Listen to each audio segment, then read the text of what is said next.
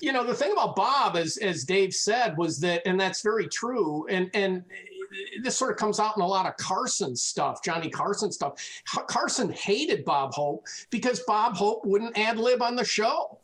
Everything had to be scripted. Carson had to be practically reading the questions to Bob off the teleprompter, and then Bob would answer.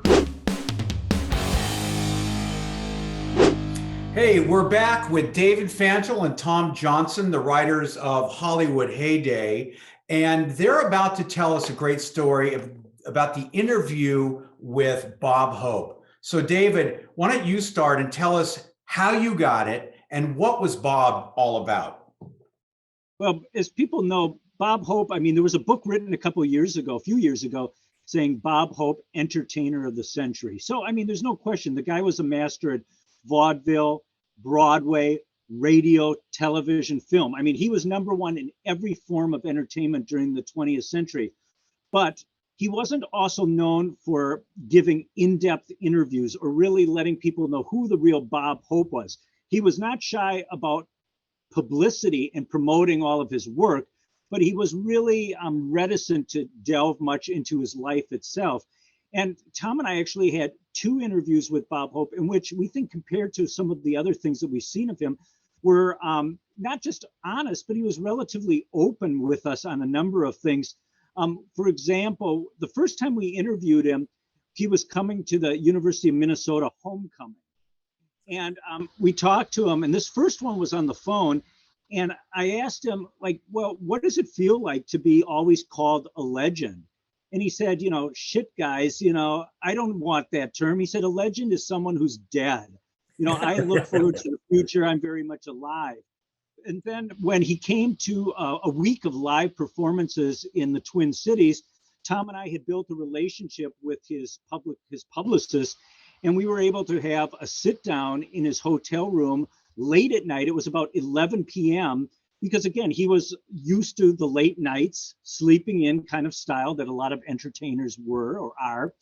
And so Tom and I were in his hotel suite. His wife, Dolores, was in the other room. He actually had his dog with him at that time. And it was really a remarkable session. And it was right after the time Ronald Reagan, who he campaigned for, had been shot. So it was relatively early in the Reagan term. And we were really surprised because Bob Hope said, a lot of people have been wooing me to run for public office and things like that, although he was born in the UK, so he could never run for president. But he said, I don't understand how Ronnie can't be on board with gun control after what just happened to him. And we thought that was sort of a revelation because Bob Hope, again, wasn't known to talk about politics to that extent, let alone politics or a political view that would be more considered a liberal political view, which was his advocating for stronger gun control laws, which he did for us. And then we just had really a trip down memory lane as far as his films, his television work, and talking about, were these road pictures ad-libbed? And there was, the famous line where the writers would sit around while they were filming. And, if they heard an original line that they wrote in the script, they would be shocked because, they were known to ad-lib.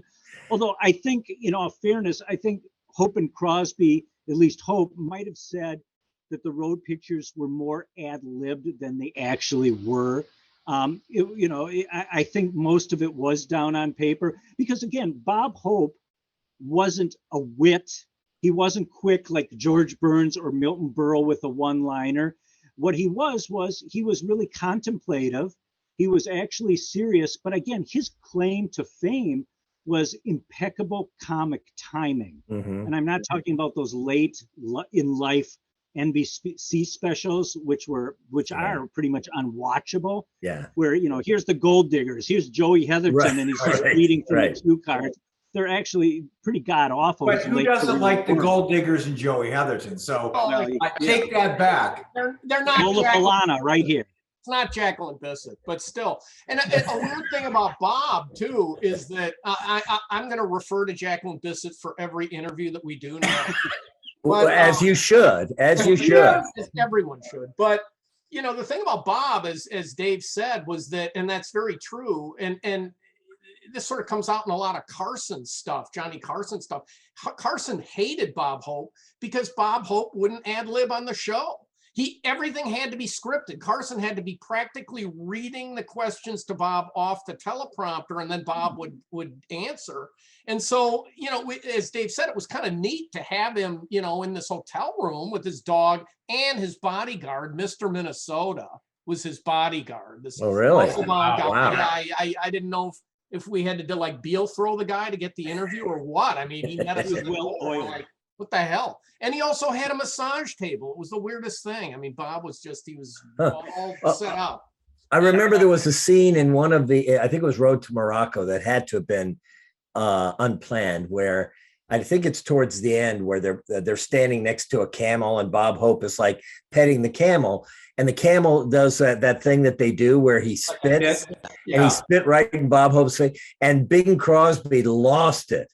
And they left that in the movie. So that must have been unscripted. But how did you guys feel, though? I mean, here you guys are still. I mean, you're a little older now, but still, I mean, I know if it was me and Mike, we'd probably be like, blah, blah, blah, blah, because it's Bob Hope. It's Bob freaking Hope. Yeah, how did you guys get past that whole wall of, okay, I got to be serious and interview this guy, even though I'm just absolutely idolizing him right now? We had interviewed Astaire and Kelly and Lucille Ball, all these people. Not to say we were blasé, Jimmy Cagney, but we were, by the time we got to Hope, we had sort of, we were beyond the kind of, bonkers kind of thing about being able to. But Hope put us at ease too. I mean, he wasn't hard to talk to. He wasn't intimidating at the least. He was actually, a really nice person. And we were really, we're Bob Hope fans